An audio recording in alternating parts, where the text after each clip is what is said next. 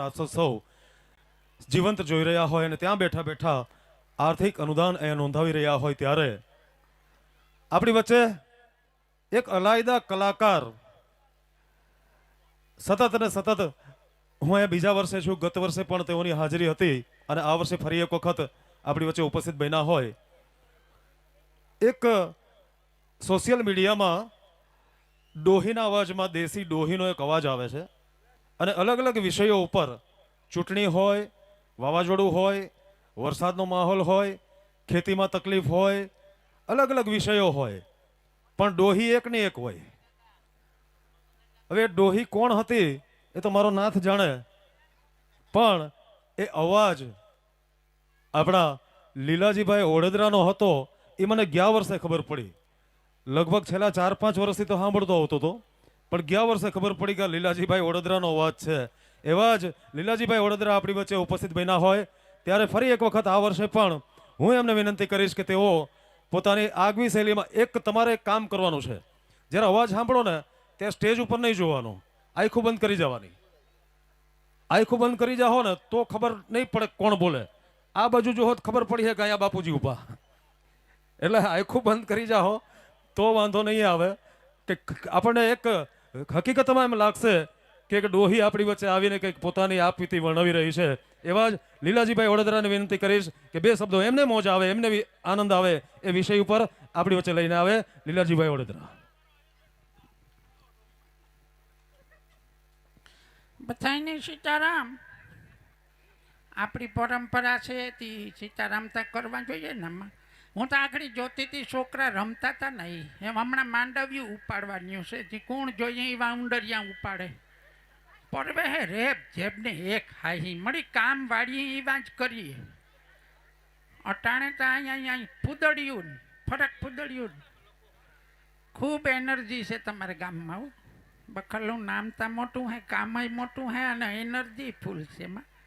અને એક વધારે વાતું નથી કરાવ્યું, બહેનોને રમવાનું હોય. કુદરતી કેવું સરસ મજાનું આયોજન થાય. નકર કેટલા બધા આ વર્ષે પણ જે હવામાન સમાચારના હતા કે ફૂલ વરસાદ થશે, નવરાત્રિ નહીં થાય, પણ કુદરત એટલો બધો મહેરબાન છે કે મેળાની અંદર પણ 5 દિવસ સુધી સરસ મજાનો મેળો થયો હતો. છેલ્લે દિવસે જે ત્રાટકો મેં અને પછી જે પાણી કરી દીધું, એવી જ રીતે જ્યારે નવરાત્રિનું અવડું મોટું આયોજન કરતા હોય ત્યારે માતાજીના ભરોસે આંગળે ચામુંડમાં અહીંયા છે અને ઘણા બધા આપણા સુરવીરો છે આ ડુંગરની અંદર, ઘણી સત્યું છે, એના કંઈક આશીર્વાદ છે. મજાનું આયોજન થાય અને આયોજન જળવાઈ રહે. અહીંયા એટલા બધા ગામનો સપોર્ટ એવો સરસ મજાનો અહીંયા જે કાર્યકર્તા છે એ, અને કુદરતી મેં ઘણી બધી ગરબીઓમાં જતા હોય તો ઘણી જગ્યાએ ફાળો માંગવો પડતો હોય. અહીંયા વગર માંગે ઘણું બધું મોટું લિસ્ટ આવે, કારણ કે બધા સમજે છે કેવી રીતે ક્યાં કઈ જગ્યાએ ઠેકાણે વરહવું. એટલે આવું ને આવું બધા સાથ સહકાર દેતા રહેજો. અને આ ડોહી તો અહીંયા આવે એટલે યાદ કરાવે અને લોકો ઘણા કહે કે હવે ડોહીનું બોલ, તો 2 શબ્દ બોલવા હોય. એટલે એવો મોટો કલાકાર નથી પણ ઘણી બધી મેમેક્રી કરતો હોય હું. અને હમણાં હું મુંબઈ બોલિવૂડમાં એક સોની ટીવીમાં મારું સિરિયલ આવી છે, એમાં હું રાક્ષસ બન્યો હોય. શૂટિંગ થયું હતું, મારું નામ ધૂમ ધ્રુષ્ટ હોય. હા, એટલે એ પણ આવી છે. એટલે એ આ બધી દયા મળી એવું થાકે જાય મારાથી. હા, હું એવું પહેલાં જેવું ન બોલે હગા, તોય હું ત્યાં 90 વર્ષની થઈ ગઈ. તારા આ તો ઉકલે ગો ને કોરોનામાં તે દુનિયા અહીં હળીકમ છે. વહુ મારું ધ્યાન રાખે માં, વહુ નકર બોલાવ્યું ને જ થાત્યું. હા, એ તો દીકરા ડાયા હતી વાંધો ને જ, નકર મને કાંઈ મૂકે આવે. અને ડોહીઓનું ધ્યાન રાખજો સકડાવ, ધરમ થાહે તમે થાહો ડોહા. તે તું કોઈ ભાવ નહીં પૂછે. એ તો જમાનો તો જોયો, મને મોબાઈલ લઈ દીધો તે હું રીલમાં આવી. પછી ખબર પડી કે મરો આતા એ મને એકદમ રૂપારી કરી દીધી રીલ્સમાં. ઓલું કામ કે ફિલ્ટર મારે ને તે ફિલ્ટર મારે પોપટિયા ફિલ્ટર મારે ને રીલું મૂક્યા રાખજો હો, એટલે સારું રહે.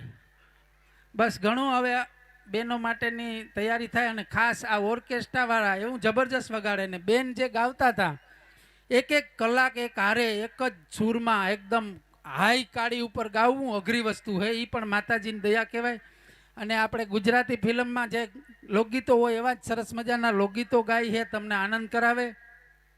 બસ કાલી ગયેલી ભાષામાં જે કંઈ તમે સાંભળ્યો અને બાકી તમે અહીંયા સાથ સહકાર દો જ છો. હું કંઈ એવો વડીલ કે મોટું માણસ છે ને તમને સલાહ દઉં. ઘણાને દુઃખ લાગી જતું હોય, હું ડોહીના અવાજમાં બોલતો હોય ને એટલે મારે એને તુકારો આવી જાય. કારણ કે મોટી મોટી આપણા પોરબંદરની હસ્તીઓ હોય ને એ મને બોલાવે ને કંઈક બોલતો હોય ને તો એને હું તુકારે બોલાવું. કારણ કે તાર હું 90 વર્ષની હોય એટલે કોઈથી મારાથી કંઈ ભૂલચૂક થઈ જાય તો માફ કરજો. ઘણી વખત થઈ જતી હોય ભૂલ. અને આ વસ્તુ એવી છે માઇક કે અહીંથી બોલવું, હું બોલવું, કેટલું બોલવું બહુ મહત્ત્વનું છે. ઘણી જગ્યાએ અમે જઈએ તો બોલાવે પણ ઘણી જગ્યાએ ભૂલચૂક થઈ જતી હોય. એટલે ખૂબ ખૂબ આભાર. અને એક જરાક ઈકો આપો, જરાક એક નાના પાટેકરને યાદ કરવો. કારણ કે ખાલી ડોહી જ ને તું બરાબર, રમેશ મહેતાને થોડોક યાદ કરીએ તો આ લોકો જે સિંગર છે એ 2 મિનિટ પોરો ખાઈ લે. હમણાં જ બધી બહેનોને રમવાનું છે, ખૂબ સરસ આયોજન છે. અવડી મોટી જગ્યા છે છતાંય પણ અહીંયા હાકડ થતી હોય. હર વર્ષે હાઉસફુલ હોય. અને આ વર્ષે તો બહુ વધુ લોકો આવ્યા. પરમદી 2-3 દિવસ પહેલાં વરસાદ હતો છતાં પણ રમઝટ બોલાવતા હતા. અને ખૂબ મહેરબાની છે આપણા ઇલાકામાં, આપણા આ પોરબંદર જિલ્લામાં કે આ ગામની અંદરથી ઘણા બધા વિદેશોમાં વસે છે, ત્યાંથી લાઈવ જોવે છે આ પ્રસારણ. અને ત્યાંથી જે કંઈ ફૂલ નહીં તો ફૂલની પાખડી આ ગામના ગરબી મંડળમાં આપે અને એ આમાં જ વપરાતા હોય. આ કોઈ પૈસા લઈ જાતું નથી. એટલે સરસ આયોજન છે. એક જરાક 2 મિનિટ પોરો ખાઈ લ્યો, પાણી પી લ્યો તો હું એક નાનકડો ડાયલોગ નાના પાટેકરનો બોલું. રેડી? મને હવે ફાકી ખાઉં ને એટલે મને શ્વાસ ચડે. ફાકી ખરેખર નુકસાનદાયક છે. પણ અમે જે લીરબાઈ માના રથયાત્રામાં હું 180 ગામમાં હારે જ ગયો તો હું એક જ ઉઘાડ પગે હતો અને જીપ આપણી જ હતી. એટલે અમે એક જ કામ કરતા કે તમે વ્યસન મુક્તિ કરો. પણ કુદરતને હું કરવું, 2 વર્ષથી મારા જ ફાકી મારાથી જ ખવાઈ જાય. નકર હું ન ખાતો, ચા મૂકી દીધો પણ ફાકી નથી મુકાતી. બને તો છોકરાઓ નાના નાના જે ભાઈઓ છે 20, 22, 18 વર્ષ, 17 વર્ષના, બને તો ફાકી મૂકી દેજો અને વ્યસનથી દૂર રહેજો. આપણે બહુ ખરાબ અમુક લત છે. મારાથી જે થોડુંક નાનકડું બોલાય તો દારૂ છે ને એમાં લગભગ તેજાબની હરી આવે, ભીંના હુયા આવે, ખાતર આવે. એટલે ભલાઈથી દારૂ મૂકી દેજો. અને હમણાં જે આવ્યા હતા બજરંગ દળવાળા, હું પણ એમાં જોડાયેલો હોય. આપણે ક્યાંક ને ક્યાંક આપણા છોકરાઓ માટે, આપણા ભવિષ્ય માટે આપણે બધાય ભાઈઓને એક થઈને જોડાવવું જોઈએ. મને હમણાં બહાણે પાછું કીધું કે જેમ બને એમ આપણા ભાઈઓ 18 વરણ હિન્દુસ્તાન ને હિન્દુત્વવાદી હોય એ ખાસ કરીને જોડાજો. એનું જે કંઈ પ્રક્રિયા એમાં હોય કે તમને નાનકડું એવું હથિયાર આપતા હોય કે પછી તમને પટ્ટો પહેરાવતા હોય, એ આપણે સત્ય સનાતન ધર્મનું જે કંઈ છે એ તમને મળશે. એટલે જેટલા ભાઈઓ બને ને 18 જ્ઞાતિ સત્ય સનાતનને માનતા હોય ખાસ કરીને જોડાજો. અને ખાસ કરીને હું શક્તિ સેનાનો, મેર શક્તિ સેનાનો સ્થાપક છે. એટલે મેર શક્તિ સેના પણ જેટલા પણ ભાઈઓ છે એમાં જોડાજો. આપણું હિન્દુત્વવાદી આપણો દેશ છે એટલે આમાં વધારે વાત નથી કરવી, કારણ કે અમુક વસ્તુ એવી હોય. પણ તમે લોકો સમજો હો, આપણે બાંગ્લાદેશ, કાશ્મીર, કેરલા કે એવી અમુક કન્ટ્રીઓ આપણા રાજ્ય છે એમાં ઘણી બધી આપણા હિન્દુઓને થોડીક તકલીફ છે. તો આપણે આજ નહીં તો કાલે જોડાવું જોઈએ. કારણ કે આપણે એક જ દીકરો હોય, નાનું પરિવાર થતો જાય. એટલે આપણે 18 વરણ એક થઈ અને ખાસ કરી અને આવા કાર્યોમાં જોડાજો. બસ હવે હું એક નાનકડો ડાયલોગ બોલી અને પછી આપણે બહેનોને રાસ રમવાનું છે.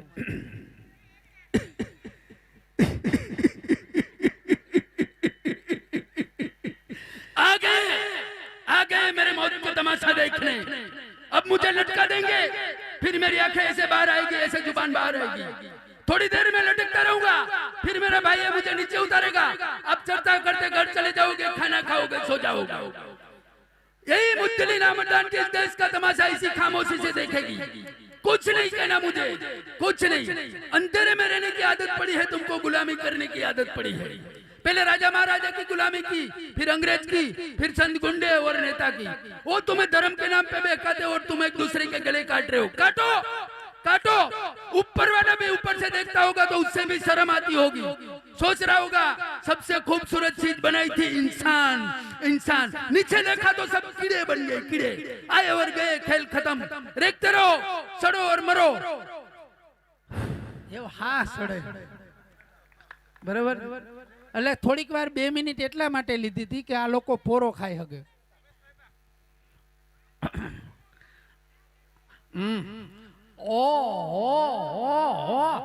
હું જમાવટ કરી છે તમે લોકોએ. અરે હું તો એમ કહું છું કે તમે પણ આમાં ઘણા ડોલા પણ રમવા ઉતરી જાજો. બાકી કોરોના ને કોલેસ્ટ્રોલ હોય ને તો ઈ પણ તમારા દિલમાંથી નીકળી જશે. કારણ કે રમશો ને તો પાણી પાણી થઈ જાઓ. બાકી હું જમાવટ છે. હું વાત કરો છો. આવી જ હર વર્ષે ગરબી થતી હોય અને આવા જમાન્યા ચાબક્યું લેતા હોય. બાકી હું વાત કરવી. હાલો ભાઈ, આભાર. હલો, ખૂબ ખૂબ આભાર લીલાજીભાઈ ઓડેદરા. બહેનોનો દાંડિયા રાસ આપણે લેવા જઈ રહ્યા છીએ. તમામ બહેનોને વિનંતી કે તાત્કાલિક ગ્રાઉન્ડની વચ્ચે આવી જાય. આપણી વચ્ચે સમયની મર્યાદા હોય, બને એટલા ત્રાથી, બને એટલી ઝડપથી, બને એટલી ઉતાવળથી ગ્રાઉન્ડની અંદર આપણો આ દાંડિયા રાસનો રાઉન્ડ બહેનોનો આપણે લેવા જઈ રહ્યા હોય. મનસુખગીરી ગોસ્વામી તેમજ નિમિષાબેન મોઢા અને રિધમિસ્ટ પંકજભાઈ ઢાકેચા અને એમની ટીમને વિનંતી કરીશ કે બને એટલી ઝડપથી આ રાઉન્ડની શરૂઆત કરાવે. આભાર. જય માતાજી.